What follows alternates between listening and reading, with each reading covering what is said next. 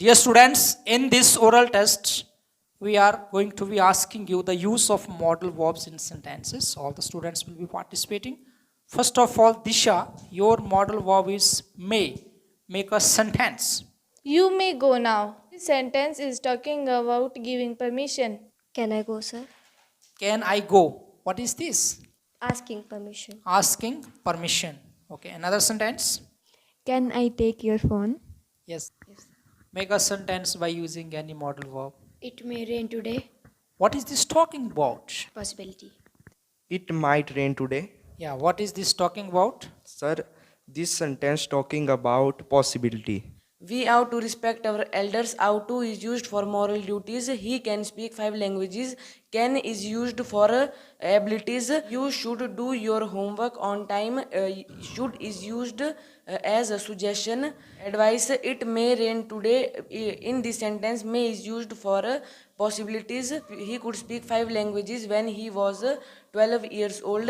In this sentence, could is used for past abilities. The child must be hungry. It is telling about the important suggestions. Okay, Piyush, make a sentence by using modal verbs. May I come in, sir? What is this sentence? Taking permission. Taking permission. Why do we need to study in English language? What do you think about?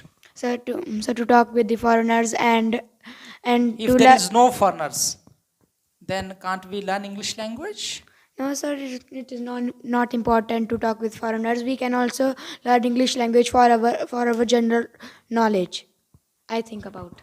For example, what kind of general knowledge can we learn while learning English language? What do you think about this? So we can sir, from English language we can learn the grammar portion. Grammar portion is the most important portion from the English language because there are some example. There are voices, modals, 8 part of speech, and other etc. parts of English language. They are more important to talk and to write English and to learn and to listen the English language very perfectly.